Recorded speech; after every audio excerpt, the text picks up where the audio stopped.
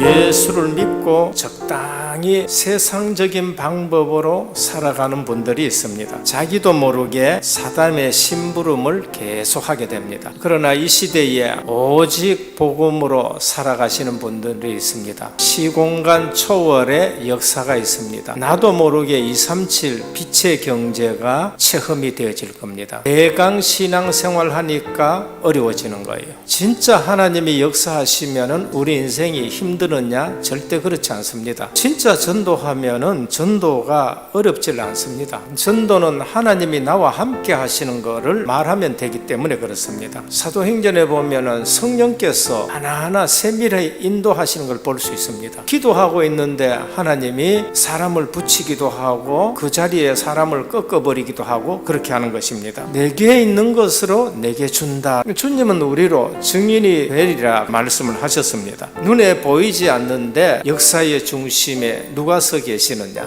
그리스도가 서 있다는 겁니다. 그리스도에 대한 반응, 현장은 이렇다라는 것을 우리에게 말씀합니다. 첫 번째 사람이 헤롯 대왕입니다. 그리스도가 오셨다는 말을 듣고 죽이려는 음모를 꾸밉니다. 그래서 박사들에게 거짓말을 합니다. 가서 경배하고 내한테 알려주라. 나도 가서 경배하겠다라고 말합니다. 오직 야욕에만 집착된 그러한 사람들을 봅니다. 이래 되면은 신앙생활하는 것이 거침돌로 보입니다. 자기 정권을 유지하기 위해서 아들, 아내, 처남도 죽여버립니다. 그리스도가 오셨는데 베들레헴에 났다는 걸 알고 2살 밑으로 아이를 전부 죽이게 됩니다. 예수 믿는 것을 육신적인 손익관계로 이해하면 엄청난 영적 문제가 옵니다. 가문이 망하는 일들이 생기게 되는 거죠. 대제사장들과 서기관들입니다. 그리스도 어디서 나겠느냐 물으니까 단번에 유대 땅 베들레헴이라고 말합니다. 서기관들은 성경을 연구하는 신학자들로 보면 됩니다. 제사장, 대제사장은 성전을 섬기는 자들, 중보자의 사역을 하시는 분들이에요. 근데 전혀 기뻐하지 않습니다. 다른 데 관심이 있는 거예요. 본질을 놓친 직업화된 사람들입니다. 무서운 시대가 되어버린 거예요. 동방박사들, 어떻게 그 먼 곳에 있는 분들이 이처럼 찾아오게 됐느냐? 포로로 끌려간 유대인들이 복음을 남겨준 것입니다. 야곱의 별이 나타나면 메시아가 온다는 것을 들었던 것입니다. 말씀이 성취되는 걸 알면은요, 길이 문제가 아닙니다. 인생 전체를 놓고 천국을 향해 가는 기독도가 순례자인 것입니다. 예배드리고 예물을 드렸는데 황금과 유황과 모략을 드렸습니다. 그 의미가 실제적으로 선지자, 제사장, 왕의 직분을 상징하는 예물이 된 거예요. 알고 드렸는지 모르고 드렸는지 모르지만은 엄청난 축복을 받은 걸 볼 수 있습니다. 언약 잡고 우리가 예물 드리고 기도하고 현장에 갔다.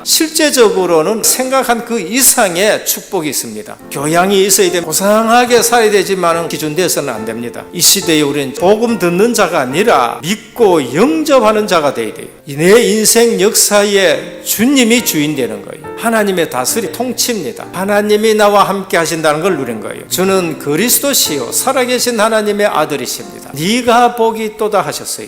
그러면 내 삶 속에서 항상 세 가지가 나와야 돼요. 교회 세우는 포럼, 음부의 권세가 무너지는 포럼, 예수 이름으로 기도 응답받은 포럼이 나와야 됩니다. 우리는 사실 이 축복을 받을 수가 없습니다. 본질상 진노 자녀들입니다. 만날 수 있는 길도 몰라요. 하나님이 한 방법을 알려주셨습니다. 여자의 후손 메시아 그리스도 오신다는 걸 말씀합니다. 오시면은 임마누엘 할 것을 미리 알려주셨습니다. 성령 내주, 주의 성령께서 내 속에 와 계신다는 것, 성령 인도. 내가 하나님의 자녀면은 하나님은 나를 책임지고 인도하신다. 우리는 기도하면 반드시 응답이 와요. 그게 성령의 역사입니다. 성령의 권능, 모든 흑암이 무너지게 되는 겁니다. 성령의 권세, 천사가 동원되어집니다. 성령의 보호, 하나님 나라가 배경인 거예요. 성령의 증거, 하나님이 우리를 전도자, 증인으로 세우는 것을 볼 수 있습니다. 오늘 복음을 듣는 자가 아니라 믿고 영접하는 자가 되어야 돼요. 주인이 바뀌었다, 누리는 신앙생활 하셔야 됩니다. 이 사실을 알지 못하면 예수 믿는데 늘 걱정에 쌓여 있는 거예요. 하나님 계획 아니고 내 계획을 계속 쌓게 되는 것입니다. 그래서 무너지는 인생을 살아가는 거예요. 그래서 오늘 또 우리가 진짜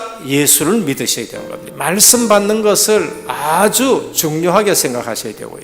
두 가지 믿음이 필요합니다. 구원받는 믿음입니다. 이건 전적으로 하나님의 은혜입니다. 저주, 지옥, 재앙 문제가 해결됐다는 겁니다. 그리고 나서는 하나님의 절대 주권을 인정하는 믿음입니다. 주인 되신 하나님이 정권을 가지고 나를 인도하시는 것입니다. 뭐 때문에 저런 악한 임금을 뒀느냐? 그것도 하나님의 절대 주권이에요. 하나님의 선하심과 전능하심, 능력이 나타나서 영광 받으시는 거예요. 초대교회 왜 그런 핍박이 있었느냐? 교회가 세워져야 되는데 진짜만 모이기 위해서 전도 선교의 문을 열기 위해서 그런 거예요. 이 시대에 코로나가 왜 이러느냐? 진짜 예배 드리는 것을 회복시키기 위해서 못 가는 곳에 영적 통신망으로 5천 종족에게 복음 전하기 위해서 허락하신 줄로 봐야 됩니다. 오늘 또 그리스도 비밀 중심으로 모든 세계를 움직이시는 것입니다. 이 두 가지 믿음이 있으면은요, 보는 시야가, 생각도 달라지고 인생 삶도 전부 다 달라집니다. 학문으로 알고 있을 때는 내 문제가 해결이 안 돼요. 근데 이게 신앙 고백이 되니까요, 염려가 없어져요.